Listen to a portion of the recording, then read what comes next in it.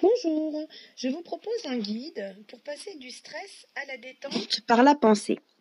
Ce guide est en 3 phases. Qu'est-ce que le stress? Qu'est-ce que la détente? Et comment passer du stress à la détente? Allez, c'est parti. Qu'est-ce que le stress? C'est un syndrome général d'adaptation face à une situation vécue comme une agression. C'est tout à fait naturel comme réaction. Votre corps, votre esprit et vos émotions réagissent de manière désagréable. Et c'est suite à une décharge d'adrénaline. Donc votre corps réagit de manière chimique, j'ai envie de dire, biologique. Ce stress, se fait en 3 phases. La première, c'est la phase d'alarme. C'est les premières réactions face à la situation. Le cœur s'accélère, la respiration est courte et rapide, on a tendance à transpirer, avoir la gorge nouée. C'est la panique, la peur. Dans la deuxième phase, elle est coupée en 2. C'est une phase soit d'adaptation, auquel cas c'est un retour à la normale, la personne s'adapte et tout va bien, soit la personne rentre en résistance, elle se met en mode sur-régime et là c'est l'apparition des premiers symptômes psychosomatiques. Contractures musculaires, pensées négatives envahissantes, troubles du sommeil, de la mémoire, de la concentration, irritabilité, eczéma, ulcères, etc. Le cortisol prend alors le relais de l'adrénaline et s'installe dans le corps à des doses importantes. Si cette phase persiste, alors on rentre dans une 3e phase qui s'appelle l'épuisement. Le corps est à bout, l'état de santé et l'état d'esprit est négatif, il y a une perte des mécanismes de défense, les personnes tombent plus souvent malades, et il y a une perte d'équilibre corps, esprit et émotion. Ici, dans cette phase d'épuisement, le risque cardiovasculaire est clairement augmenté, tout comme le burn-out et le risque de dépression. Chaque personne réagit de manière différente face à une situation, et ce, face à différents facteurs. Tout d'abord, la personnalité. Si vous êtes introverti ou extraverti, la réactivité face à une situation est différente. On a tendance à penser que les personnes introverties vont avoir plus de difficultés à s'adapter face à une situation, alors que les extravertis vont verbaliser tout de suite et extérioriser tout de suite leur gêne. L'éducation rentre aussi en ligne de compte. Si depuis tout petit, on apprend aux enfants à se détendre, en grandissant, leurs réactions face aux situations vont être différentes. Ils vont la gérer de manière différée, vont prendre du recul peut-être plus facilement. Ce qui rentre aussi en ligne de compte, c'est les valeurs, les interdits, les tabous. L'hygiène de vie aussi, en termes d'alimentation ou de sommeil. Si vous ne mangez pas de manière équilibrée, il y a un impact. Par exemple, si vous avez une alimentation pauvre en vitamine C, il faut savoir que le premier symptôme du scorbut, c'est la dépression. Donc, de la même manière, le sommeil. Si vous avez un besoin de sommeil de 8 heures et vous n'endormez que 5, vous allez générer une carence de sommeil et du coup, une fatigue va se cumuler et votre réactivité face aux situations va être difficile, va être négative. Ce qui rentre aussi en ligne de compte, c'est les traditions socio-culturelles et familiales. Les personnes qui ont une culture, par exemple, indienne, vont pas réagir de la même manière qu'une culture européenne face à une même situation. Et enfin, le dernier facteur qui rentre en ligne de compte, c'est tout simplement l'état de santé général. Ainsi, bon stress versus mauvais stress, j'ai envie de dire, tout dépend de la manière dont on le vit. Je vous demande quelques instants pour réfléchir à votre niveau de stress lorsque vous êtes face à une situation inconnue. Est-ce que vous êtes plutôt détendu, là, dans le bleu, ou est-ce que, au contraire, dès qu'il y a une situation nouvelle, vous êtes tout de suite dans le rouge, et là, c'est la panique? Je vous laisse quelques secondes pour y réfléchir.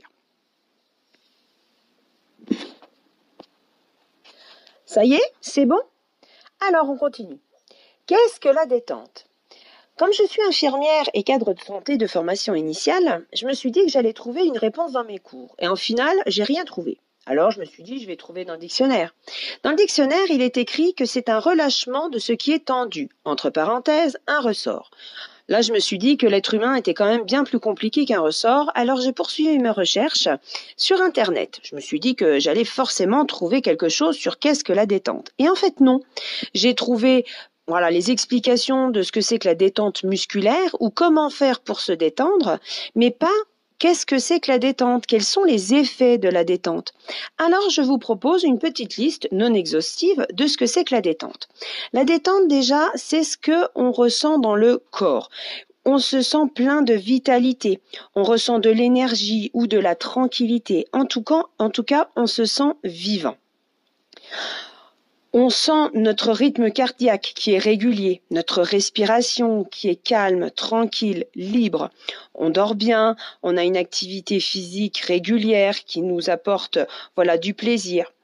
Au niveau mental, on a l'esprit libre, on génère des pensées plaisir, des pensées récréatives, des pensées créatives, en tout cas des pensées qui nous apportent de la détente. Au niveau toujours du mental, on est plus concentré, on a une bonne mémoire. Et enfin, au niveau des émotions, la détente, c'est ressentir de la joie, de l'amusement, du calme, de la sérénité, de l'apaisement. Qu'est-ce que la détente ? C'est se percevoir en harmonie avec soi-même, tout simplement.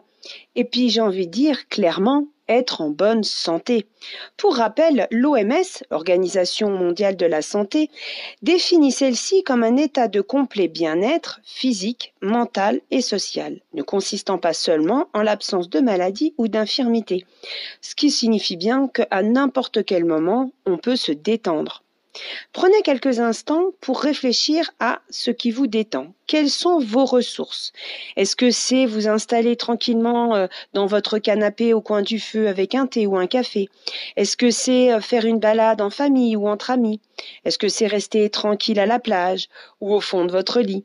Est-ce que c'est faire une balade seule dans la nature et écouter tous les bruits de la forêt ? Ou tout simplement être chez vous avec votre amoureux à faire la cuisine, ou toute seule à faire la cuisine, ou tout seul à faire la cuisine, ou tant d'autres images qui peuvent vous venir. Là encore, je vous laisse quelques secondes.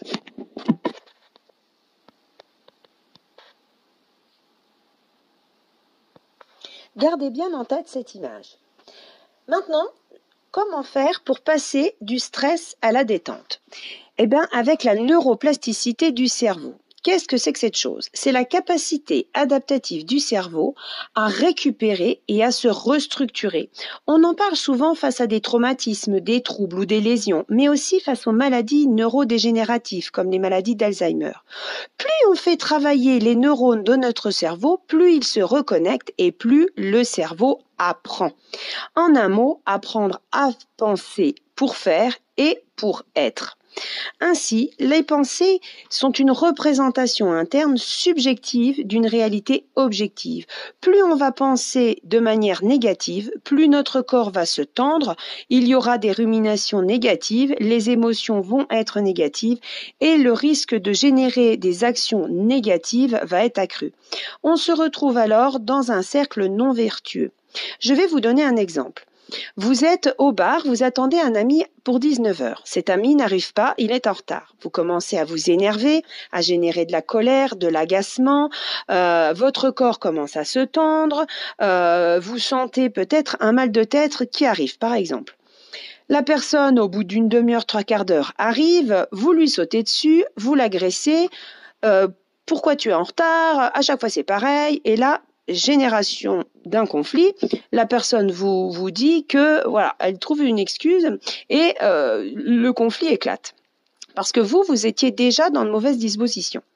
Maintenant, reprenons cette même situation et vous ne générez pas de pensée négative. Vous attendez simplement que la personne arrive pour lui demander ce qui s'est passé. Vous buvez tranquillement votre thé ou votre café ou quelconque boisson et quand cette personne arrive, au bout d'une demi-heure, 3/4 d'heure, elle vous dit « Écoute, je suis désolée d'être en retard, j'ai plus de batterie dans mon téléphone et j'étais coincée dans un embouteillage, il y a eu un accident de voiture sur l'autoroute. » À ce moment-là, vous allez générer une pensée qui va être du type « Ah mince, j'espère que c'est pas trop grave. » Et donc, ce n'est pas du tout la même émotion, on est plutôt sur une émotion de compassion et non plus une émotion de colère. Et votre corps et votre mental ne réagissent pas du tout de la même manière. Donc, vous êtes beaucoup plus détendu face à cette situation. Donc, face à une situation, la pensée qui interprète la situation, donc qui préjuge de quelque chose, va le préjuger de manière négative et c'est ça qui va générer tout le négatif. Il est donc important de renverser la vapeur. La sophrologie peut aider justement à enrayer ce cercle non vertueux parce que c'est une aide précieuse. En fait, c'est une méthode psychocorporelle naturelle créée par Alfonso Caicedo en 1960 et le sophrologue a pour but d'accompagner une ou plusieurs personnes afin de maintenir et d'améliorer la qualité de vie et de développer le potentiel de cette personne. Chaque accompagnement est personnalisé car c'est la personne qui formule son objectif et ce sont ces ressources qui sont utilisées lors des séances. Et justement, comment se passe une séance? Eh bien, tout d'abord, dans un premier temps, il y a des exercices de relaxation dynamique. Donc, la personne apprend, avec une intention positive, à respirer et à faire des mouvements doux pour justement relaxer son corps avec le mouvement. Il y a entre 3 et 4 exercices en début de séance. Alfonso Caicedo a codifié une trentaine d'exercices et ils ont tous pour but d'identifier les tensions et de les éliminer et d'accueillir l'état d'esprit et les émotions à ce moment-là en termes de détente. Ainsi, plus la respiration guidée et les mouvements doux ont un impact sur le corps, plus le corps va se détendre. De la même manière sur les pensées grâce à l'intention de l'exercice vont être de plus en plus positives, ce qui va générer des émotions de plus en plus agréables.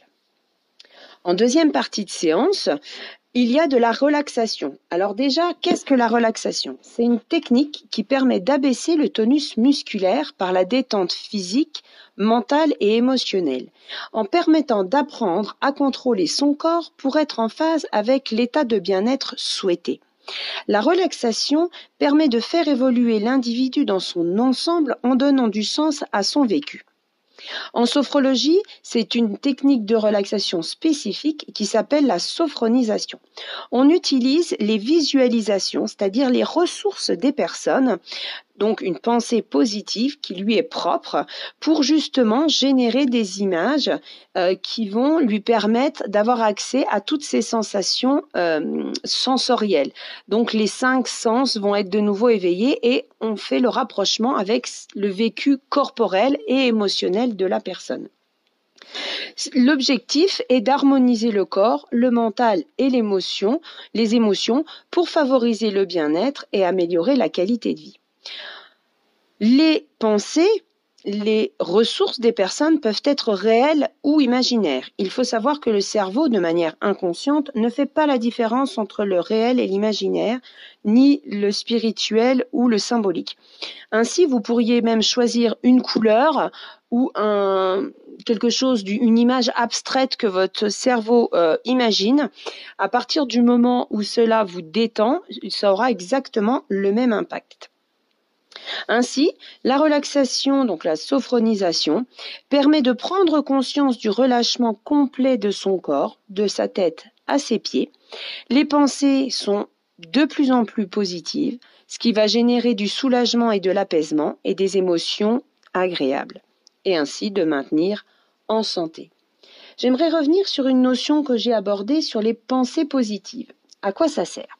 Alors les pensées positives, c'est un bouclier contre les émotions négatives, la frustration, la colère, la crainte, la déception, la tristesse.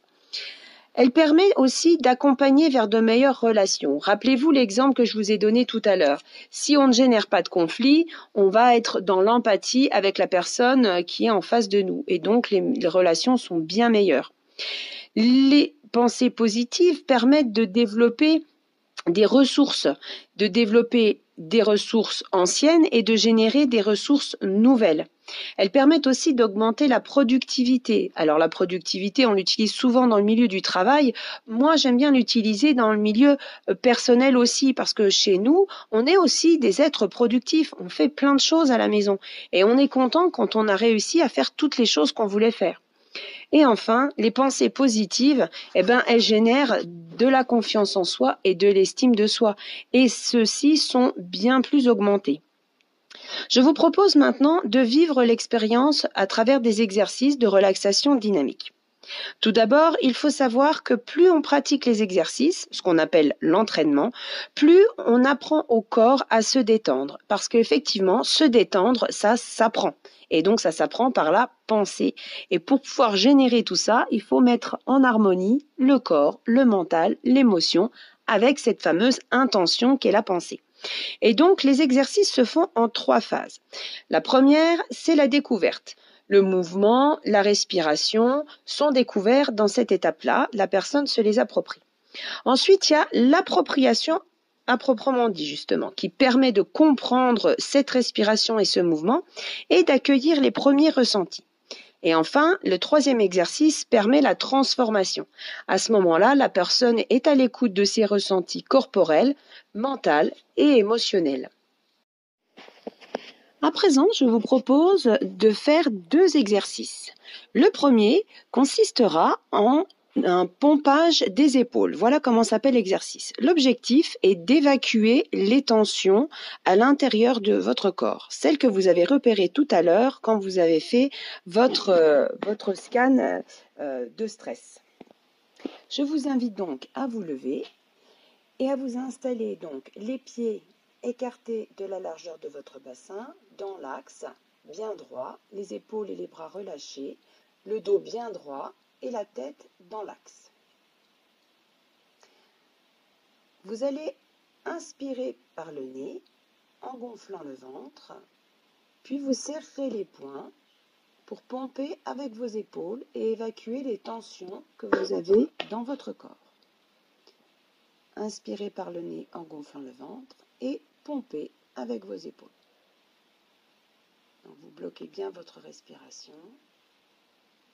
Et quand vous avez besoin, vous soufflez fortement par la bouche. Vous restez ainsi, les yeux fermés, et vous accueillez vos premières sensations. Vous sentez que ça chauffe peut-être au niveau des épaules, peut-être des fourmis dans les doigts. Une 2e fois, vous allez inspirer par le nez en gonflant le ventre, vous bloquez votre respiration, vous fermez les poings et vous pompez avec vos épaules.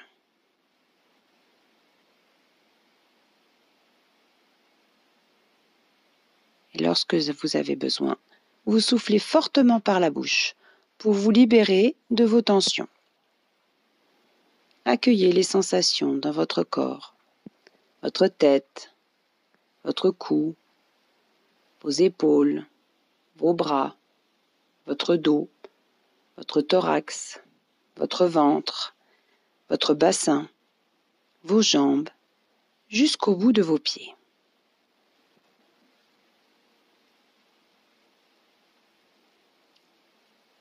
Et une dernière fois, à votre rythme. Inspirez par le nez en gonflant le ventre. Bloquez vos poings. Pompez avec vos épaules. Et soufflez fortement par la bouche pour vous libérer de vos tensions. Je vous propose maintenant un 2e exercice. Celui-ci s'appelle prana. Peut-être que ceux qui font un peu de yoga connaissent ce terme parce qu'effectivement, il vient du yoga. Et donc, cet exercice a pour but d'installer la détente. Donc, vous gardez la même position, donc bien droite, les épaules et les bras relâchés, le dos droit et la tête dans l'axe, les pieds écartés de la largeur du bassin.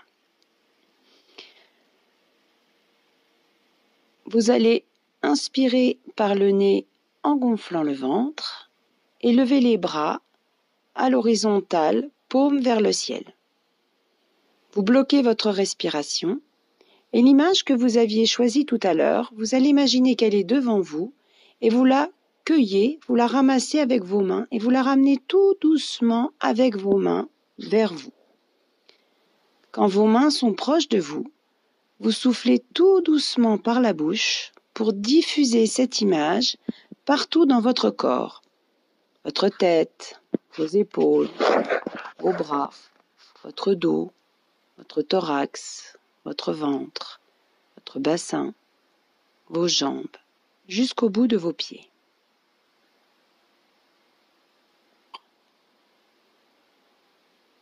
Une deuxième fois, inspirez par le nez en gonflant le ventre, levez les mains paumes vers le ciel, visualisez votre image, bloquez votre respiration et ramenez vers vous tout doucement votre image entre vos mains. Et lorsque votre image est proche de vous, vous soufflez tout doucement par la bouche pour diffuser cette image partout dans votre corps, de votre tête à vos pieds. Percevez le calme de votre respiration, sa régularité.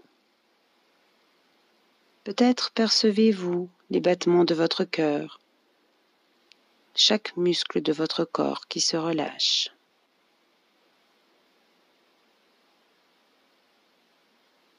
Une dernière fois, à votre rythme, inspirez par le nez en gonflant le ventre, levez les bras paumes vers le ciel, bloquez votre respiration et ramenez à vous votre image de détente. Diffusez cette image partout en vous. Accueillez les sensations de détente que cette image vous procure. Ressentez votre corps, votre mental et vos émotions en harmonie, tranquille. C'est sur cet exercice de détente que je vous laisse et je vous dis à bientôt. Au revoir.